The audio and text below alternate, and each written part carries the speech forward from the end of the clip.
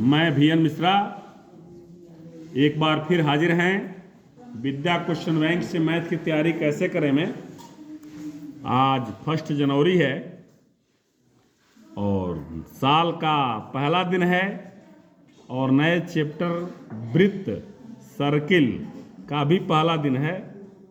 तो नए साल की ढेरों सारी बधाइयाँ हमारे सारे स्टूडेंट्स के लिए। और ज़्यादा समय न लेते हुए वृत्त के बारे में, वृत्त का जो चैप्टर है वो शुरू करने से पहले इसके बारे में ज़रा जान लेते हैं। इसमें क्या क्या जानना है। सबसे पहले तो वृत्त के बारे में जानेंगे, उसके बाद जानेंगे जीवा, वृत्त के बाद केंद्र, केंद्र के बाद त्रिज्या, सर्किल, सेंटर, रेडियस, जीवा, चोड़,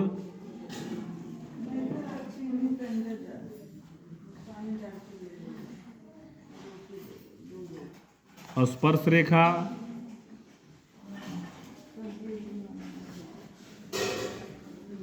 छेदक रेखा,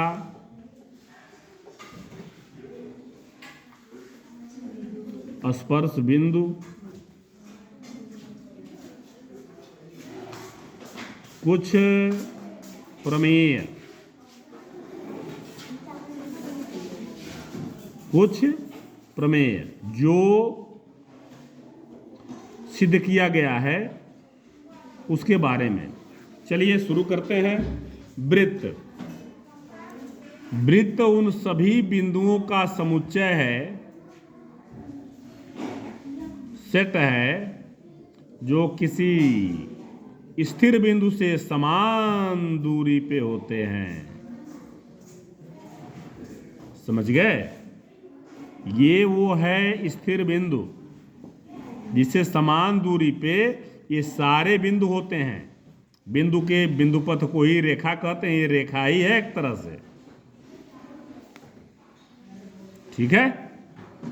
अच्छा, वृत्त उन सभी बिंदुओं का समुच्चय है जो किसी स्थिर बिंदु से समान दूरी पे होते हैं।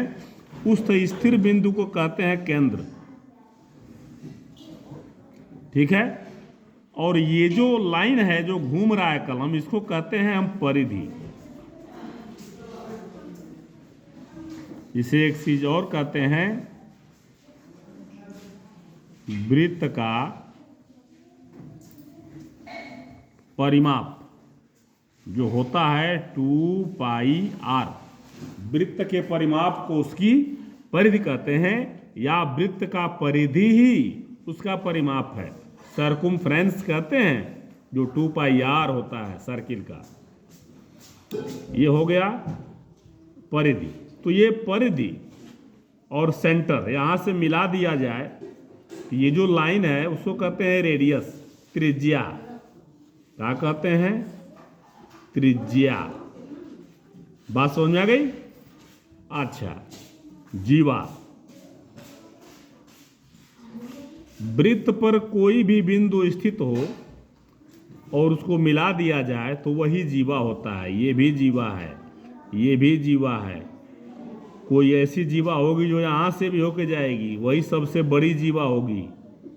वृत्त की सबसे बड़ी जीवा आ गया क्वेश्चन में। वृत्त की सबसे बड़ी जीवा किसे कहते हैं? व्यास को कहते हैं। व्यास, किसका व्यास? उस वृत्त का व्यास, डायोमीटर। डी से प्रदर्शित करते हैं, यही है व्यास। इसके बाद फिर जीवाएं छोटी होती जाएंगी। ये भी जीवा, ये भी जीवा, ये भी जीवा। जो भी रेखा के दोनों सिरे वृत्त पर हों वह जीवा ही कहलाती है। ठीक है? छेदक रेखा, अब ये मान लीजिए, देखिए छेदती हुई दो बिंदुओं पर निकल गई ना, ये है छेदक रेखा। वृत्त को ये काटती हुई निकल गई, ये है छेदक रेखा। स्पर्श बिंदु, ध्यान दीजिए, ये सर्किल है, ये स्पर्श रेखा है। अब वह बिंदु जहां रेखा वृत्त को स्पर्श करती है उसको कहते हैं स्पर्श बिंदु। और एक रेखा वृत्त को एक ही बिंदु पर स्पर्श करती है, वो जो ये बिंदु है। अब ये रेखा यहां नहीं कर सकती। अब एक चीज और बता दें, अब कुछ प्रमेय में आता है, जो त्रिज्या होती है स्पर्श रेखा पर लंब होती है। मान लीजिए ओ ए बी स्पर्श रेखा, ये यम है, तो ओ यम लंब ए बी, इसका मतलब हुआ कि ये भी 90 है और ये भी 90 है। अब आइए यहां दूसरा, पहला तो ये बता दिया त्रिज्या स्पर्श रेखा पर लंब होती है। दूसरा देखिए, यह है जीवा। किसी भी जीवा को केंद्र से उस पर लंब डाला जाए, जीवा पर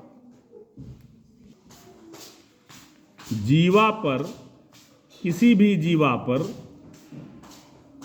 केंद्र से डाला गया लंब उस जीवा को दो बराबर भागों में बांटता है। मान लीजिए ए बी जीवा है, ये यम है, तो इस पे लंब डाल दिया गया, माने ये 90 डिग्री हो गया, तो ए एम बराबर बी एम, ए एम बराबर बी एम। ठीक इसका उल्टा देखिए,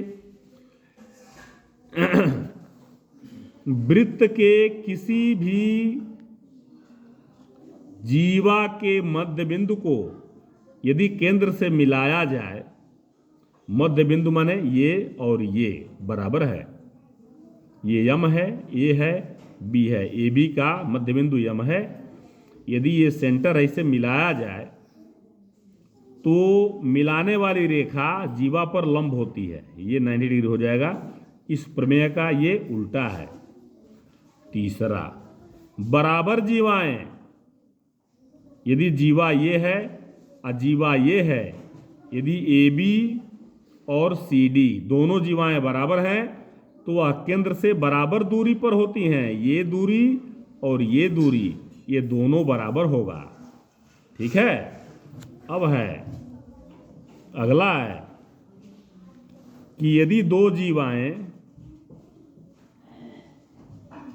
इस केंद्र से बराबर दूरी पे हों, तो वह दोनों जीवाएं बराबर होती हैं। ठीक है। अगला है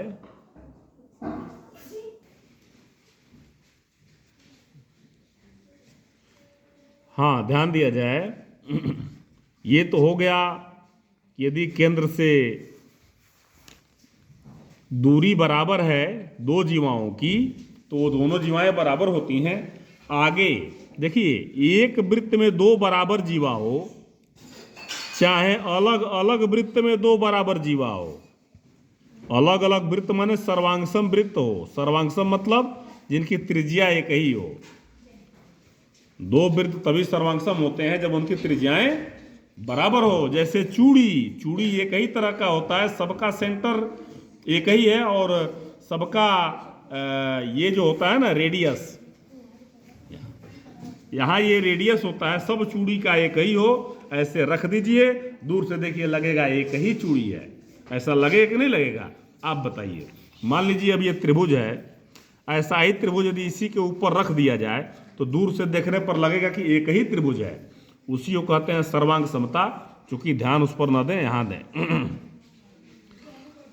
बराबर जीवाएं केंद्र पर बराबर कोण अंतरित करती हैं। देखिए जीवाएं हैं, केंद्र से मिला दिया, ये कोण हो गया। अब ये भी इस जीवा के ये बराबर है, तो इस पर ये कोण अंतरित हुआ, ये दोनों एंगल बराबर होता है। यदि ये सर्वांगसम है तो यहां से ये एंगल अंतरित होगा और यहां से ये एंगल अंतरित होगा, ये दोनों एंगल बराबर होता है। इतना जान लिए।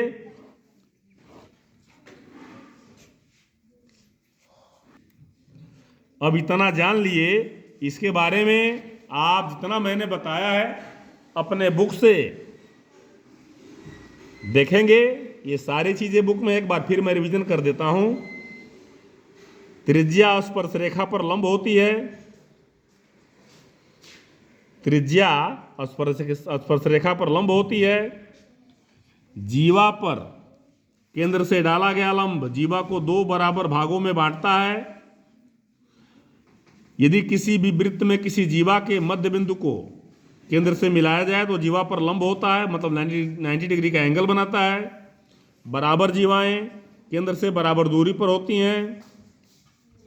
यदि केंद्र से 2 जीवाओं की एक ही वृत्त में दूरी ये बराबर हो तो वह जीवाएं बराबर होती हैं।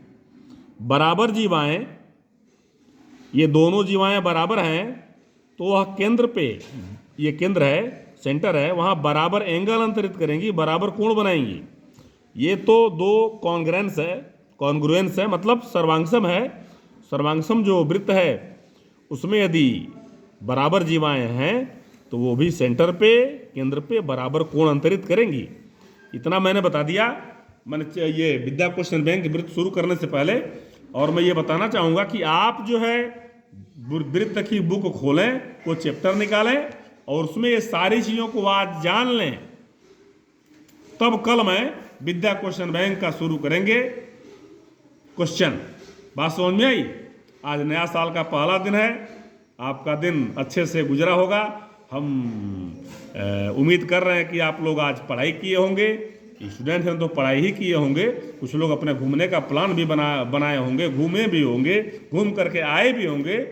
तो उनसे मैं यही कहना चाहूँगा कि अब घूम लिए बहुत, अब काम पर ध्यान दें और सफल बने जितना ज़्यादा। नए साल है, मैं कल भी बताया था, नए साल में कुछ ऐसा करें कि कुछ नया बने, आपके अंदर कुछ परिवर्तन हो, जिससे आपके मित्र, घर वाले लोग, रिश्तेदार कहें कि भाई नए साल में इस बच्चे ने कुछ न कुछ अपने अंदर इम्प्रूवमेंट लाया, परिवर्तन लाया।